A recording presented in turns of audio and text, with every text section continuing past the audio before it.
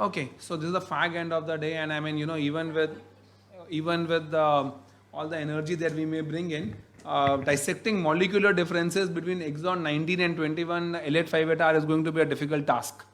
The dissecting differences, when I first thought about, and I think Pfizer first came and spoke to me 2 years back. At that time, COVID was in its full swing at that time. And I told them, my first reactions when I thought about Del 19 and L858 also different were like this. It was like COVID-19. For COVID-19, you had alpha, beta, gamma, delta, the theta, amylon and all. And now we just remember we have a delta variant of an Omicron, this thing. So I think it is almost like this, the next variants of COVID is going to be like this. My subsequent reactions of when they talk to me about Del 19 and L858R is like, क्या जान लोगे क्या बच्चे की? I mean, come on, यार, we don't even understand Del 19, L858R, Exon 20, अब ये दोनों को differentiate कर रहे हैं, but then that's it. We have a job to do. Okay, so my first and foremost important question to all of you. Rajat, I'll start with you, since we spent a lot of time gossiping about RGC, about Delhi politics yesterday. Do you honestly feel that, so there are tier 1, tier 2, tier 3 mutations, in EGFR also. Do you think, honestly, and forget it's a Pfizer symposium, they are not listening to you. Do you think it is same, it is different? So, I think they are different. You think they are different because you want your dinner and you take it back home? Yes. Okay. No, only because of that? No, I think genuinely they are different. So that is why we are having this symposium. So though the difference may not be much, but actually... So you feel they are different. They are not really the same, that is basically which are there. Shivam? Oh, sorry, Rishabh, sorry. Sir, at least there is a prognostic difference, therapeutic is something which we can always... There are prognostic difference, therapeutic differences may or may not be there. Okay, fantastic. Nandini? Nandini, what was that? Nandini criteria for differentiation today? So agree both. So there are differences. There are Del 19, L858R will have some differences. So I'll go to you only, Rishabh. What do you think are the differences between L858R and Del 19? Sir, across majority of the trials, L858R has done poorly. Whether it is first generation, second generation. Don't say majority of the trials. Say in majority of trials except for the Archer trial. Otherwise, you will not get your trial. You will not get your flight back home. Okay. So that is one. So I have just, so this is like all men are equal, but some are more equal than others, which I actually believe, is right.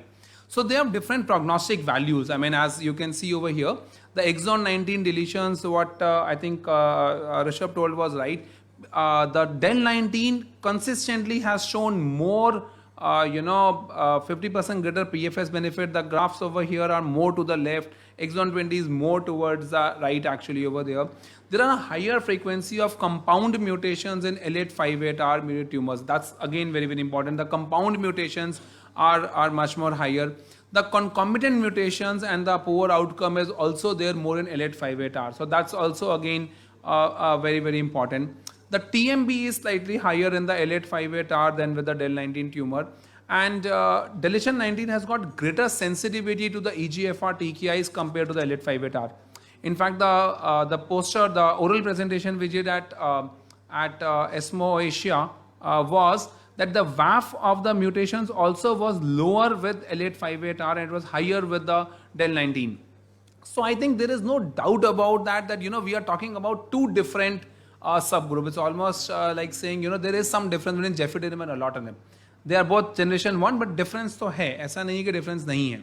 So proportions basically are like this, and they are more likely to have a pleural effusion, frequency of other mutation.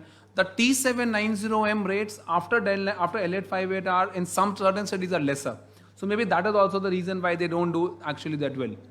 Again, the first and second generation TKIs, they don't do as well. The IC50s of gefitinibs and erlotinibs are actually much more lesser and for are much more higher actually for L858R, and definitely there are differences. So now Nandini, do you feel the differences between them are prognostic, predictive, of research interest only, clinically relevant, or any other thought? Like Discuss prognostic definitely. So prognostic definitely. We all said, we all find out that over here. Predictive possibly in the future it might be predictive. Predictive for possible in the future, not right now. Okay. Research interest? Yes, sir. Yes, definitely. Clinically relevant? Yes, if we are going to prognosticate the patient. Okay. So, Rishabh, we'll start from prognostic, yes. Yes, sir. So I would agree with what Dr. Nandini has told. For therapeutic, Do you, okay, fine. Do you, when the L858R report comes, do you for a moment start seeing them as a different patient? So when it is L858R, I am pretty much sure in my mind that I will not give first generation TKI alone. So you will not give first generation TKI alone. You might just give the KN regimen or some other regimen over there. Okay, fair enough. Rajat? So I think it's the same, but actually the first thought is that if the patient comes out to be EGFR positive, so that itself makes you happy. So initially you don't dissect that much regarding what to give to the patient and regarding the prognosis. But yes, in the long run, it definitely, I think. No, but Rajat, you have to give the treatment there only. No, you're happy, but then you write a medicine. No. So you have to give a better TKI like osimertinib or atinib or dacomatinib. So it is definitely prognostic and predictive, probably yes, and also of research and clinically relevant. Okay. So to me, I mean prognostic definitely yes, predictive most likely yes. And this is what I'm going to show you some data. I think we all have seen this data.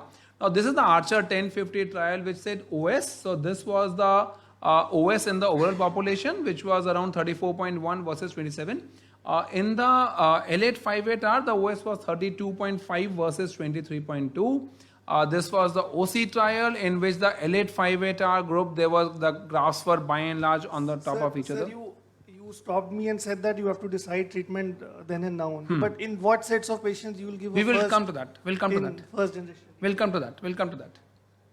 Okay, so this is just a graph which basically says about the Archer 1050 versus the Flora, and we can actually find out that these are cross-trial comparisons again. Let's be very, very honest about it. That in the Flora, yes, Vijay. Yes, sure.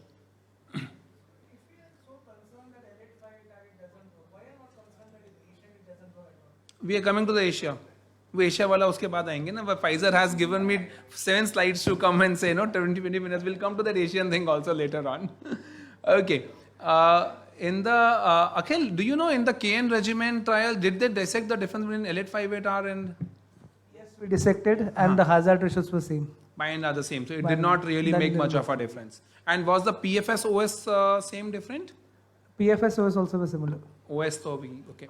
So this was also the L858R. Then about the the EGFR plus anti-angiogenic. The PFS was more, but the OS was by and large similar. NEJ009 also did not show any benefit of giving it into the L858R. I mean the OS benefit was not there. So these are the mutations, and this is what the the CTONG, the Chinese thoracic oncology group, what basically says is, if you have exon 21, the high priority recommendation actually is for either DACO or L8 plus BEV. They do not actually recommend osimertinib as the first line of treatment because of the data that we have over here. Now, the more important thing, since you came late, why do you think, Ajay, there is a difference between first and second generation TKIs or a third generation TKIs in L858R versus L19? Difficult question. But that is because you came late. Otherwise, I would have given it to Nandini. Nandini would have answered it. I think we need to treat each mutation now also as a individual, not commonly.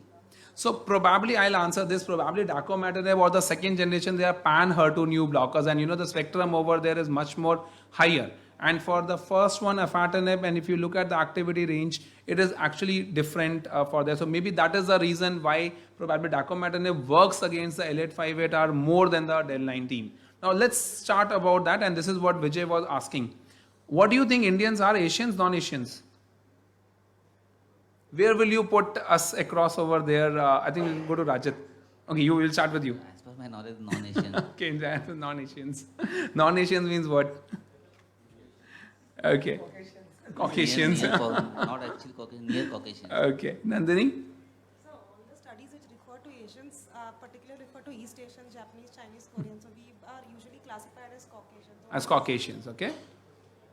So this is Donald Trump, if he was in the various ethnicity programs that you already have over here, this is how exactly he will look like. Rishabh, you can use whatever mic you want.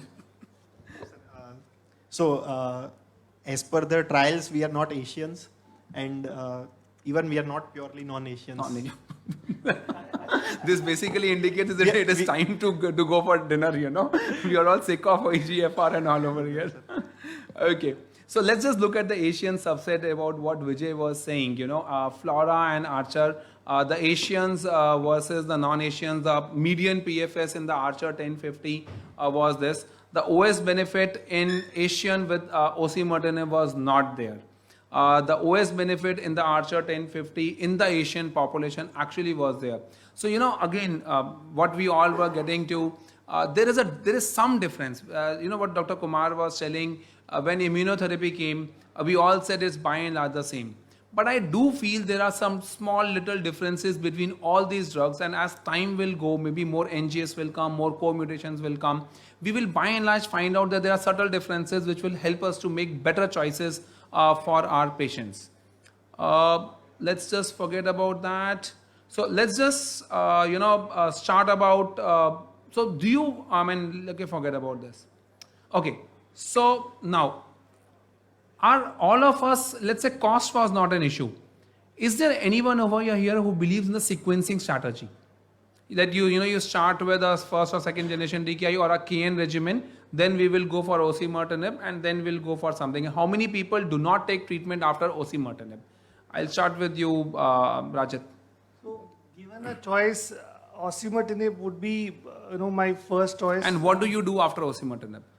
How many people, if you let's say have 100 people, how many people take treatment and what is the approximate PFS that you get? So, I don't have 100 patients. Oh, that's okay. Nobody has. So except for the people who are looking at the mobiles there right now. So it's there not are thousands. See, if you have lesser patient, it's not a difficult choice to make because I have only 3-4 patients. You just need to do a repeat biopsy, and based on that, you need to take a decision. The second obvious next choice would be chemotherapy or something like chemo plus Tecentriq plus Bev, ABCP regimen. ABCP regimen. Rishabh? Are you a believer of sequential or you think no, osimertinib goes first? No, sir. Finance is not a question, then osimertinib first because the tolerance is tolerance is good. Even if the L858R young patient, you're not, all this thing about prognosis and Asian subset not showing an advantage, L858 not showing an advantage. Let's say you have a 35-year-old male Asian, L858R, some co-mutation also is there. What will you do? Sir, the decometinib data, the response rate and overall survival and all that were supposed to be done hierarchically and it was not done. We are not Asian, we are more towards non-Asian, so we don't have Indian specific data for it. We have certain Indian specific data which I'll show. Bivas is not there, but we do have that data in the compassionate access program. And I'll tell you, in the phase 4 trial that we did, we had around 24 or something patients. And if you manage the drug well, it's not a bad drug. And we also have a publication with IJC about afatinib actually from 2014 till 2018. And the PFS that we are getting in that is 15.6 months. So somewhere down the line, I actually think afatinib, like the Tata people found out that there's something to erlotinib and TKI, the TMCI regimen, they found out. There is something about the first and second generation. I'm not saying osimertinib is not good. But if your patient can't actually afford, the second generation and the first generation at a good dose, and I will come to the dose, they are not a bad choice at all. I mean, that's the point. So the most frequent regimen which we use is first generation TKI plus. So let's say somebody cannot afford osimertinib. Then what's a KN regimen versus a DACO or a second generation? So sir, if decometinib again is not very cost effective, someone is not going to take osimertinib, so KN regimen is something which is most practiced regimen in my practice. Okay, Nandini? So but considering both the drugs, acomatinib and osimertinib, and the differences that we discussed, I would probably prefer only osimertinib for the side effect profile, but I would offer both. Let's say somebody cannot afford osimertinib, then what happens between the KN regimen and the a second generation DKI? So I mean, although I am sitting over here at Tata where KN regimen is the thing, I mean, I hardly use KN regimen because people do not want to take chemotherapy in our setup, and chemotherapy does become costly, as me and Rajit were discussing yesterday.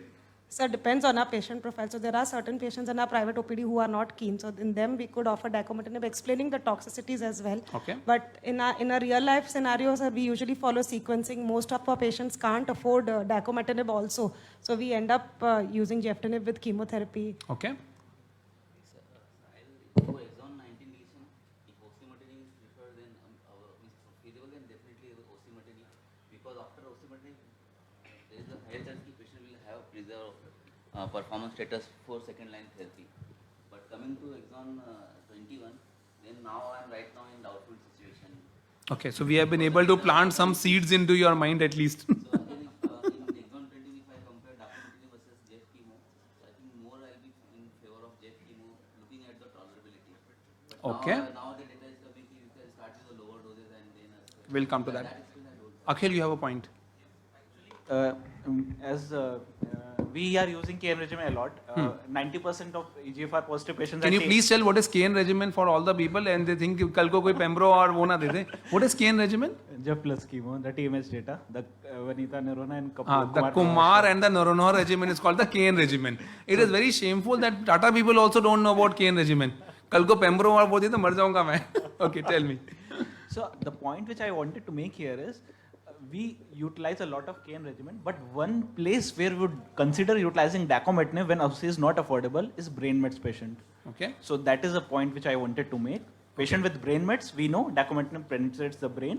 Jeff plus chemo can be we usually giving most of the patient because of the cost constraints. But if you ask me, or I think any other TMH now, I think dacometinib will be used if it is affordable, but with brain mets.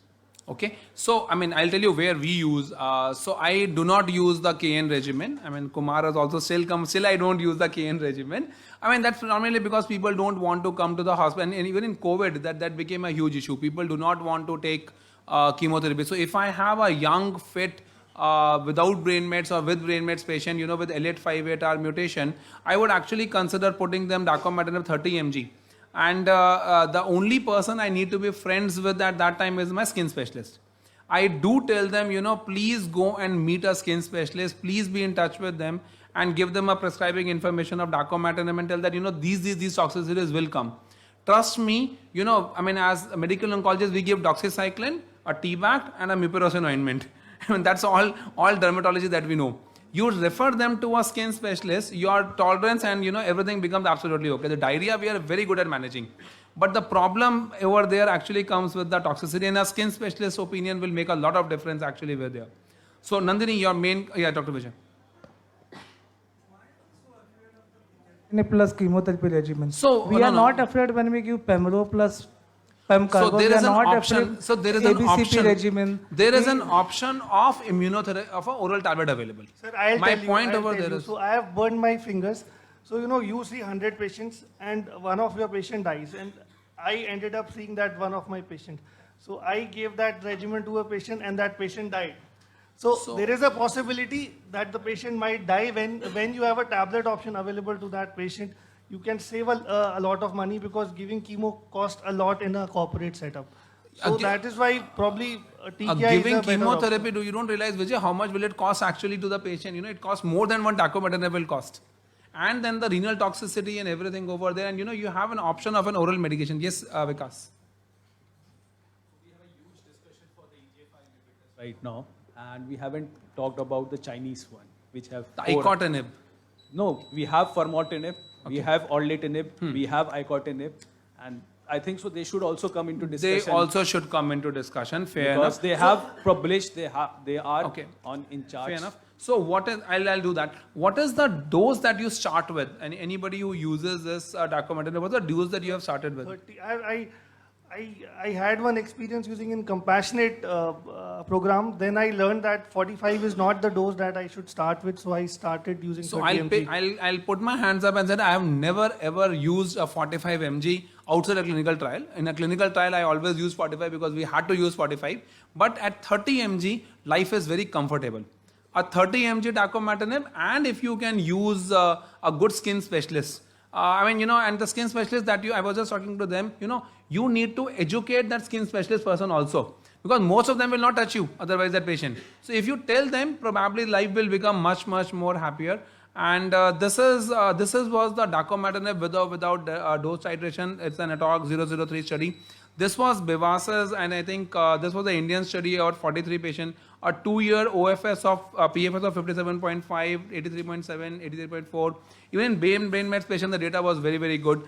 I think there are a lot of options available. You need to talk to your person. But to me, L858R co-mutations, young, no brain mets is one patient willing to meet a skin specialist where I would actually want to consider dacometinib. Yes, Nandini. So one question, for the skin toxicity that you manage, do you give any prophylactic? So we don't at primary prophylaxis, we don't. We tell them to the general precautions. So what we have done, and people, there are no RGC people, there is a handout for everybody with skin toxicity, with TKIs.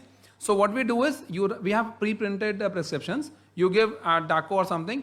Along with that, we give them a handout, like they gave over there. See, do this, apply moisturizer, wear a sun hat, and the only question which comes is कि sir धूप में बैठ नहीं सकते क्या? Sir थोड़ा बहुत बैठ जाओ, कोई problem नहीं है. Because for the patients enrolled in a trial for amivantamab lazertinib in our hospitals, we had few patients. So they also recommended in their protocol to give prophylactic doxycycline and. So we don't give prophylactic doxy, except for that prophylactic doxy, we cut, copy, paste the entire thing and give it to them. That's what we do. So I think it's a fascinating discussion with EGFR, and I'm very surprised to see I am absolutely quite a full hall at 7 o'clock in the evening. And I would just like to conclude by saying, if it was not for the great variability amongst individuals, medicine might as well be a science and not an art, and it's the art of the medicine. Yes, Dr. Vijay. Yes. Everyone said that the lung cancer in India is more towards non-Asian. But if you see the pattern of resistance which develops after first line, we know that T790M comes in nearly 70-80% of Caucasian populations. East Asian, it is 20-30. Our data are similar to the Asian population where T790M resistance after first line is 30-40. So why are we so fixated with osimertinib? Sir, I don't think that we are Asian or non-Asians both, because India we are a diverse country. The northeast part of the country, they are probably more close to Asians. We are part of the Indian subcontinent. So it's not easy to say that we can apply all the data, all the Asian data. Vijay, what is your T790 positivity rate? What is your rate positivity here? Then TKI T790M is not that high of 60-70%. Yeah, so ours is around 45 to 52%. I mean, that's 30, what 30, data we 40%, have actually. 35%. No, ours is 48% actually. Liquid biopsy 48%. How many foreign patients? How many? Foreign. Come on. So on that note, thank you. And we will meet next time. Thank you. Bye. Thank you.